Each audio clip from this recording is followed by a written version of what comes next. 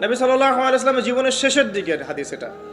তিনি মসজিদে বসে আছেন, একজন ব্যক্তি মসজিদে প্রবেশ করলেন, শুভ্র সাদা কাপড় পরিহিত, ধবধবে সাদা, অতি উত্তম কাপড়, পরিচ্ছন্ন, প্রবেশ করলেন এবং রাসূল সাল্লাল্লাহু আলাইহি ওয়াসাল্লামের হাঁটুর সাথে হাঁটু লাগিয়ে বসলেন।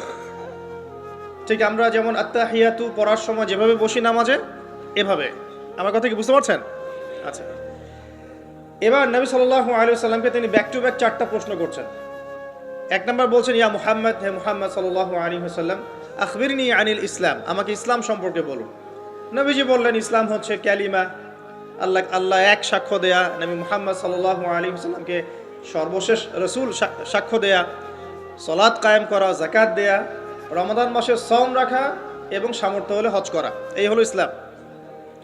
তিনি বললেন, সাদাকতা, আপনি সত্য বলেছেন। ওমর রাদিয়াল্লাহু আনহু বলছেন, ফাআজিবনা লাহু ইয়াসআলুহু ওয়া ইউসাদ্দিকু, আমরা তার প্রশ্ন শুনে অবাক হয়ে গেলাম। সে নিজেই প্রশ্ন করছে, নিজেই আবার সত্যায়ন করছে। যে প্রশ্ন করছে সে তো জানার জন্য প্রশ্ন করছে।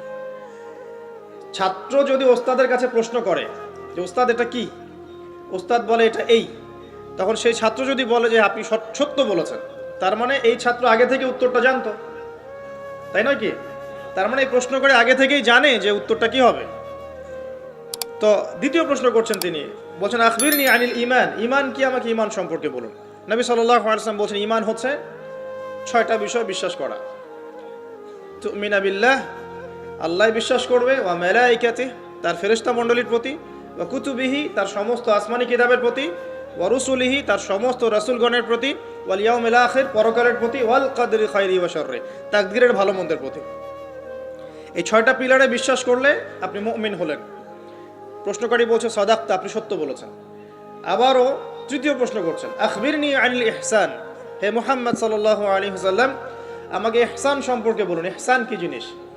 নবী সাল্লাল্লাহু আলাইহি ওয়াসাল্লাম বলছেন, ইহসান হচ্ছে আন তা'বুদাল্লাহা কাআন্নাকা তারাহ, তুমি এমন ভাবে আল্লাহর ইবাদত করবে যেন তুমি আল্লাহকে দেখতে পাচ্ছ। ওয়া ইল্লাম তাকুন তারাহু ফাইন্নাহু ইয়ারাক, যদি তুমি আল্লাহকে দেখতে না পারো, জেনে রাখবে আল্লাহ ঠিকই তোমাকে দেখছেন। এই আল্লাহ কনসিয়াসনেসের নাম হচ্ছে ইহসান। কি নাম? ইহসান। ইসলামের ভিত্তি পেলাম 5টা, ঈমানের কয়টা পেলাম? 6টা। আর ইহসানের ব্যাখ্যা কি পেলাম? আল্লাহ কনসিয়াসনেস, মানে আল্লাহকে হাজির নাজির জেনে ইবাদত করা। কেউ যদি আল্লাহকে হাজির নাজির জেনে ইবাদত করে, সে কিন্তু পাপ করতে পারবে না, তার নামাজে মনোযোগ কিন্তু ডানে বামে যাবে না ইনশাআল্লাহ। তো তিনি বললেন, সত্য বলেছেন আপনি। এবার চতুর্থ প্রশ্ন করছেন তিনি, যে আখবিরনি আনিস সাআ, আমাকে কিয়ামত সম্পর্কে বলুন, কিয়ামত কবে হবে? তখন নবী সাল্লাল্লাহু আলাইহি ওয়াসাল্লাম বলছেন, মাল মাসউলু আনহা বিআ'লামা মিনাস সাইল, এই বিষয়ে প্রশ্নকারীর চেয়ে উত্তরদাতার জ্ঞান বেশি নয়। এই বিষয়ে প্রশ্নকারীর চাইতে উত্তরদাতার জ্ঞান বেশি নয়, মানে কেউই জানে না কিয়ামত এক্স্যাক্টলি কবে হবে। তখন প্রশ্নকারী থেমে যাচ্ছেন না, প্রশ্নকারী আবার প্রশ্ন করছেন, 5 নম্বর প্রশ্ন, যে ফাখবিরনি আন আমারাতিহা, তাহলে আমাকে কিছু আলামত বলেন কিয়ামতে কিছু আলামত বলেন। নবী সাল্লাল্লাহু আলাইহি ওয়াসাল্লাম অনেক আলামত বলতে পারতেন কিন্তু, এবং তিনি বলেছেন, ও সারা জীবনে তিনি অসংখ্য আলামত বলেছেন। এবং আলামতগুলোকে 2 ভাগে ভাগ করা যায়, এগুলো বড় এবং কিছুগুলো হচ্ছে ছোট। যদিও বা সবগুলোই আলামত, তবে এটা হচ্ছে ফিকহের বিষয়, উসুলের বিষয়ের মধ্যে আমরা নিয়ে আসতে পারি যে বড় ছোট ভাগ করা যাচ্ছে, আলেম ওলামারা ভাগ করছেন। যাই হোক, 10টা বড় বড় আলামতের কথা বলা হয়েছে। এই 10টা না আসা পর্যন্ত কিয়ামত হবে না।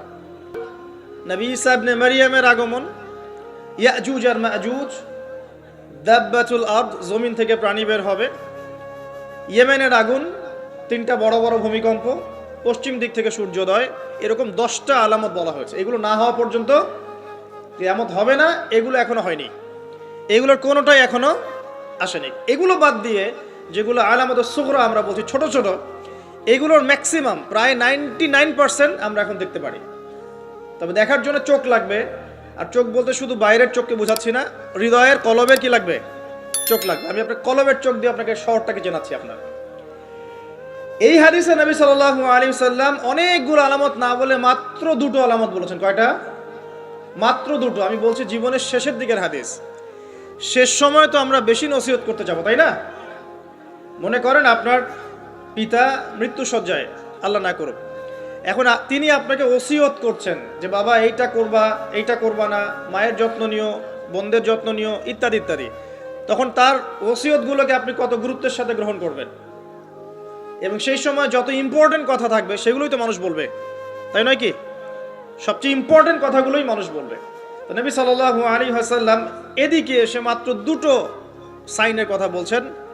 তার মধ্যে একটা হচ্ছে, ভালো করে শোনেন, তার মধ্যে একটা হচ্ছে আনতালিদাল আমাতু রাব্বাতুহা।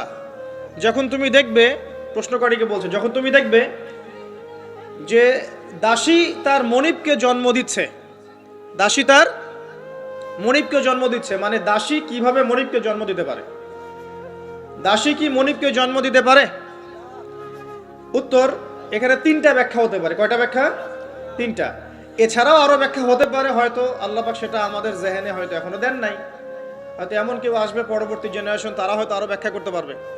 তবে তিনটা ব্যাখ্যা এখন পাওয়া যায়। এক নাম্বার, দাসী তার মনিবকে জন্ম দিবে অর্থ হচ্ছে পিতা মাতার সাথে দাস দাসীর মতো আচরণ করা হবে, এবং এটাও কিন্তু কিয়ামতের আগের একটা বড় নিদর্শন যে পিতা মাতার সাথে দাস দাসীর মতো আচরণ করা হবে। এবং যেটা এখন হচ্ছে, আমরা দেখছি পিতা মাতার অধিকার তারা পাচ্ছে না, সন্তানদের হাতে নির্যাতনের শিকার হচ্ছে, বৃদ্ধাশ্রমে থাকতে হচ্ছে। সারা জীবন যে সন্তানকে বড় করলো, আজকে সেই সন্তান তার ওই যে কাফনের টাকা পর্যন্ত দিতে যাচ্ছে না, মারা গেছে লাশটা পর্যন্ত নিতে আসে না, এমন হচ্ছে না? এবং বস্তুবাদী শহরগুলোতে তো এটা বেশি। আর আমাদের শহরটা বস্তুবাদী না? আমাদের শহরে মানুষ বস্তুবাদী না? মানুষ বস্তুবাদী, কেউ অন্যের দিকে তাকানোর সময় নাই। এটা বোঝার জন্য আপনাকে ফ্লাইওভার উঠতে হবে। ফ্লাইওভার উঠে দাঁড়িয়ে থাকেন, দেখেন মানুষ ছুটছে নিজের চরকায় তেল দেওয়ার জন্য, কারো দিকে তাকানোর সময় নাই। এই সকাল থেকে শুরু হয়, রাত একদম 3টা-4টা পর্যন্ত এটা চলছে, সারাদিন 24/7। উদ্দেশ্য কি? দুনিয়া। অল্প কিছু মানুষের বাইরে আছে যাদের উদ্দেশ্য আখেরাত, বেশিরভাগের উদ্দেশ্য কি? দুনিয়া। বাড়ি, গাড়ি, টাকা, জমি জমা, স্ট্যাটাস, দ্যাটস অল। মানে মানুষের এই কনসেপ্টটাকে বলা হয় মেটেরিয়ালিজম। কি বলে? মেটেরিয়ালিজম মানে বস্তুবাদিতা। কি বলে? কথা বলেন। বস্তুবাদিতা। মুমিনের চিন্তা থাকে পরকাল কেন্দ্রিক, যে কাজে পরকালের স্বার্থ আছে আমি সেই কাজ করব, যেই কাজে পরকালের স্বার্থ নয় আমি করব না, এটা মুমিনের চিন্তা। আর কাফের মুশরিক বেদিন ফাসেক মুনাফিকদের চিন্তা হচ্ছে যেখানে দুনিয়ার স্বার্থ ওখানে থাকবো, দুনিয়ার স্বার্থ নাই থাকবো না। এই যে দুনিয়ার স্বার্থে মানুষের সারাটা জীবন ক্ষয় করে দেয়া, এর নাম বস্তুবাদিতা, মেটেরিয়ালিজম বলে এটাকে। যাই হোক, আমাদের শহরের বেশিরভাগ মানুষ কি বস্তুবাদী না? এখন সবাই দেখবেন, আমি বুঝাচ্ছি, আমি যতটা পারছি সহজ করার চেষ্টা করছি। ম্যাক্সিমাম আমাদের শহরের মানুষ এখন বস্তুবাদী। সবার চিন্তা একটাই, দুনিয়া, দুনিয়া আর দুনিয়া। যে দুনিয়া সম্পর্কে নবী সাল্লাল্লাহু আলাইহি ওয়াসাল্লাম বলেছেন, একটু শোনেন, যে মনে করেন এটা একটা মহাসাগর। নবী সাল্লাল্লাহু আলাইহি ওয়াসাল্লাম বলছেন এখানে একটা আঙ্গুল ঢুকিয়ে দাও, দিয়ে বের করো। এই আঙ্গুলে যতটুকু পানি আছে এটা দুনিয়া, আর এই পুরো মহাসাগরে যত পানি আছে এটা পরকাল। একদিন সাহাবীদেরকে নিয়ে নবী যাচ্ছেন সাল্লাল্লাহু আলাইহি ওয়াসাল্লাম, একটা মৃত গাধা বা বকরির বাচ্চা পড়ে আছে, মৃত গাধা বকরির বাচ্চা। সাহাবীদেরকে বলছেন, হে আমার সাহাবীরা, তোমরা কি এই বকরির বাচ্চাটাকে 1 দিরহামের বিনিময়ে কিনতে চাও? কিসের বিনিময়ে? 1 দিরহাম। দিরহাম কি জিনিস সেটা পরে বোঝাবো এখন ইনশাআল্লাহ, ওইগুলো এখন বুঝবেন না। দিরহাম কি জিনিস ওটা পরে বুঝবেন। দিরহাম থাকলে আর রিজার্ভ কমতো না। দিরহাম থাকতো যদি কোনো কান্ট্রি, রিজার্ভ আর কমতো না। রিজার্ভ কমে ডলারের ভিত্তিতে, আর ডলার হচ্ছে এখন সারা ওয়ার্ল্ডের ডমিনেটিং কারেন্সি, ওটাকে হার্ড কারেন্সি বলে। মানে আপনি তেল কিনতে চান, 1 কোটি টাকা ব্রিফকেসে নিয়ে আমাদের আবু ধাবিতে চলে যান, গিয়ে শেখদেরকে বলেন যে আমাকে 1 কোটি টাকার তেল দেন, 1 ফোঁটাও তেল দিবেন আপনাকে, দিবে না। যতক্ষণ আপনি ওই টাকাটাকে ডলারে কনভার্ট করবেন তারপর দিবেন, আপনাকে তখন সুন্দর মতো তেল দিবেন। এই dollar petrol, dollar petrol, petrol ছাড়া ডলারের এক্সচেঞ্জ নাই। এটা হচ্ছে পেট্রো ডলার মনিটরিং সিস্টেম। আপনার কাছে গোল্ড আছে মনে করেন, সোনা, এখন সোনাটাকে আপনি যে ভাঙাবেন, ভাঙিয়ে যে মানে কান্ট্রির অন্যান্য ডেভেলপমেন্টের কাজে লাগাবেন, তার জন্য ডলারের সিঁড়ি পার হয়ে যেতে হবে আপনাকে। অথচ এই দিনার এবং দিরহাম রাসূল সাল্লাল্লাহু আলাইহি ওয়াসাল্লামের যুগের কারেন্সি ছিল, দিনার দিরহাম, যার ইন্ট্রিনসিক ভ্যালু বা অন্তর্নিহিত মান কখনো কমে যাবে না। দেখাচ্ছি, দাঁড়ান, আমি এমনি এমনি করে কথা বলি না। আসহাবুল কাহফ কত বছর ঘুমিয়েছিলেন বলেন? 309 বছর। 9 বছর পকেটের মধ্যে কিছু কয়েন ছিল, সোনার আর রূপার কয়েন। এই এলাকা ছেড়ে চলে গেছে, গুহার মধ্যে ঘুমিয়েছে, রাত কাটাবে। আল্লাহ পাক ঘুম পাড়িয়ে রেখেছেন 309 বছর। 309 বছর ঘুম থেকে ওঠার পর তারা বলছে, কেম লাবিস্তুম, তোমরা কতদিন ঘুমিয়েছো? একজন বলছে লাবিস না ইয়াউমান আও বা'দা ইয়াউম, একদিন ঘুমিয়েছি বা একদিনের কিছু অংশ ঘুমিয়েছি। ঠিক আছে, ঘুম থেকে উঠেছে, এখন ক্ষুধার্ত আমরা, যাও এই মুদ্রাগুলো নিয়ে বাজারে যাও, বাজারে গিয়ে দেখো ফালয়ানজুর আইয়ুহা আজকা তুআমা, খেয়াল করে দেখো কোন খাবারটা উত্তম পবিত্র, ওটা নিয়ে আসো। তো 309 বছর একটা মুদ্রা নিয়ে ঘুমানোর পরেও মুদ্রার মান কমে যায়নি। ওই টাকা দিয়ে ঠিকই রুটি কেনা গেছে। এখন আপনি আপনার কারেন্সিগুলো নিয়ে 309 বছর ঘুমানো লাগবে না, আপনি 10 বছর ঘুমান। 10 লাখ টাকা নিয়ে 10 বছর ঘুমান। 10 লাখ টাকার মান যদি 9 লাখ টাকায় না নেমে আনছে, তাহলে আমি নাম বদলাই ফেলাবো।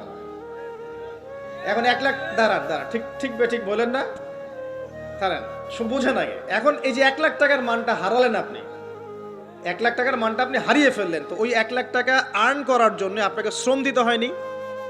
আপনার মাথার ঘাম পায়ে ফেলতে হয়েছে না? তাহলে আপনার শ্রমটা গেল কোথায়? তাহলে কেউ আপনার শ্রমটা লুটে পুটে খেয়ে ফেললো। যেহেতু আপনার কারেন্সির মানটা ডলার বেসড, এই কারণে ওই মনিটরিং সিস্টেম যারা চালায় ওরা আপনার এভাবে করে শ্রমটাকে সিজ করে ফেলে দেবে। আর আমি যদি আপনাকে আমার ফার্মে কাজ করিয়ে সারাদিন কাজ করানোর পরে আপনাকে কোনো পারিশ্রমিক না দেই, শ্রমের কোনো মূল্য না দেই, আপনি আমাকে জালেম বলবেন না? বলবেন কি না? ঠিক এই কারণে আমরা বলছি এই মনিটরিং সিস্টেমটাই জুলুম। আর নবীজি বলছে, দিনারের কথা বলছেন, দিরহামের কথা বলছেন। এটা যদি আপনার পকেটে থাকতো 309 বছর কেন, 1000 বছর পর উঠলে ওটার মান সেটাই থাকবে, কমতো না। এই হলো ইসলামিক কারেন্সি। এটা নিয়ে কথা বললে আবার এক শ্রেণীর ঘুমটাওয়ালা শায়েখ আছে, কিছু সত্য কথা ওরা হজম করতে পারে না। তখন দেখা যায় যে একটা ফতোয়া দিবে, এ খারেজি হয়ে গেছে, ফাইজলামি পাইছে আর কি। কে খারেজি একটু বলে নেই। খারেজি আকীদাটা কি আসলে? খারেজি আকীদা হচ্ছে কোনো ব্যক্তি যদি অন্য কোনো মুসলমানকে যদি কবিরা গুনাহ করার কারণে কাফের মনে করে। কথা বোঝেন? আপনি সুদ খেয়েছেন বা ঘুষ খেয়েছেন বা জেনা করেছেন, এগুলো কবিরা গুনাহ। এখন আমি যদি বলি যে সুদ ঘুষ জেনা করার কারণে আপনি কাফের হয়ে গেছেন, আপনাকে হত্যা করা জায়েজ, তাহলে আমি খারেজি। বুঝতে পারছেন কথা? কিন্তু আমি কি কখনো এরকম করে কথা বলেছি? এই যে মনিটরিং সিস্টেম নিয়ে কথা বললাম, এর সাথে কবিরা গুনার কি সম্পর্ক আর খাওয়ারিজমের কি সম্পর্ক? আবার কোনো কোনো ক্ষেত্রে দেখা যায় যে পলিটিক্যাল সমালোচনা করলে খারেজি টাইটেল দিয়ে দিবে। ওই যে বললাম, আমাদের শেখদের কাছে যান মিডল ইস্টের, গিয়ে আপনি দেন, টাকা দেন, তেল দিবে না, ডলার না দিলে বলবো এই যে এন্টি মিডল ইস্ট কথা বলেছে, অতএব সে খারিজ হয়ে গেছে। আর আমি আপনাকে একটা এক্সাম্পল দিই, শোনেন, বোঝেন কথাগুলো, বোঝেন। ইয়াজিদের নাম শুনেছেন? ইয়াজিদ ভালো শাসক ছিল না খারাপ শাসক ছিল? তার আমলে হুসাইন রাদিয়াল্লাহু আনহু শাহাদাতের ঘটনা ঘটেছে, হাররার যুদ্ধ ঘটেছে, সে মদিনা আক্রমণ করেছে, মক্কাও আক্রমণ করেছিল, ম্যাসাকার করেছে। বহু সাহাবী তার এই শাসন মেনে নেয় নাই। তার মধ্যে একজন হচ্ছে আব্দুল্লাহ বিন জুবায়ের রাদিয়াল্লাহু আনহু, জুবায়ের ইবনে আওয়াম রাদিয়াল্লাহু আনহু ছেলে। তার অনুসারী অনেক সাহাবী ছিলেন। আর আমাকে বলেন, ইয়াজিদ যখন মক্কা মদিনা আক্রমণ করছিল বা তার সেনাবাহিনীরা যখন ইমাম হুসাইনকে কারবালার প্রান্তরে শাহাদত দিচ্ছে বা আক্রমণ করছে তার সপরিবারে, এখন যে সাহাবীরা তার বিরুদ্ধে একটু অবস্থান নিয়েছে, এই সবগুলো সাহাবী কি কাফের হয়ে গেছে, তাগুত হয়ে গেছে আর খারেজি হয়ে গেছিল নাকি? তারা কি ইয়াজিদের অন্যায়ের প্রতিবাদ করার কারণে খারেজি হয়ে গেছিল নাকি?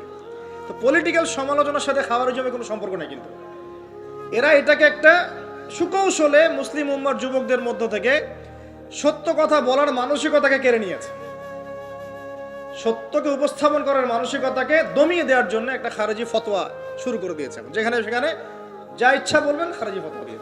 সুবহানাল্লাহ। যাই হোক, ওদিকে যাচ্ছি না, আমি মূল জায়গায় আসি। দেখুন, আমরা রাসূলের হাদিস থেকে জানছি দুনিয়ার মূল্য এতটুকু, তুমি কি এই বকরির বাচ্চাটাকে 1 দিরহামের বিনিময়ে কিনবা?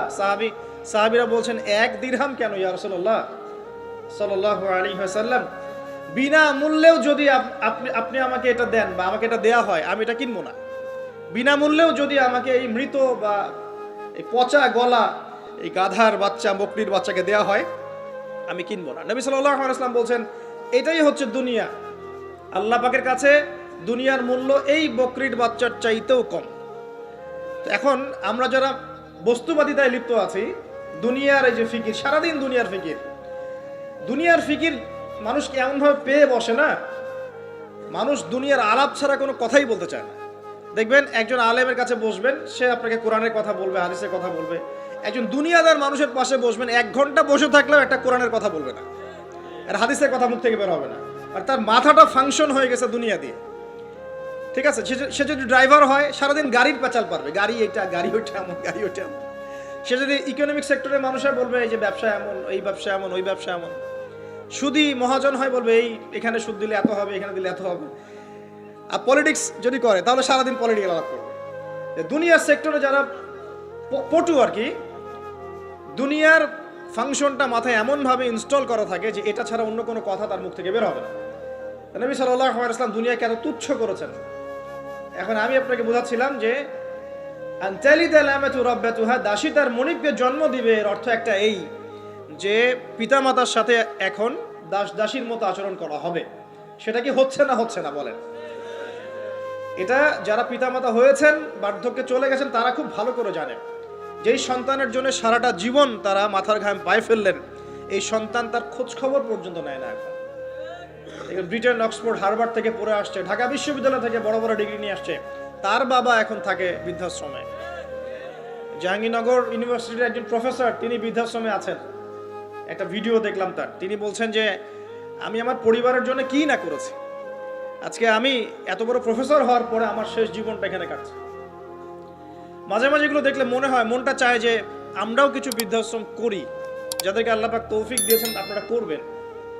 যদিও ইসলামে বৃদ্ধাশ্রমের কোনো জায়গা নাই, মায়ের পায়ের নিচেই সন্তানের বেহেশত, কিন্তু এখন পরিবেশ এত খারাপ যে কিছু কিছু বৃদ্ধাশ্রমের দরকার হয়ে পড়েছে।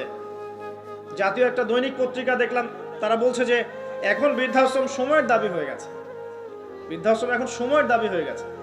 আপনাদের সামর্থ্য থাকলে আপনারা করবেন।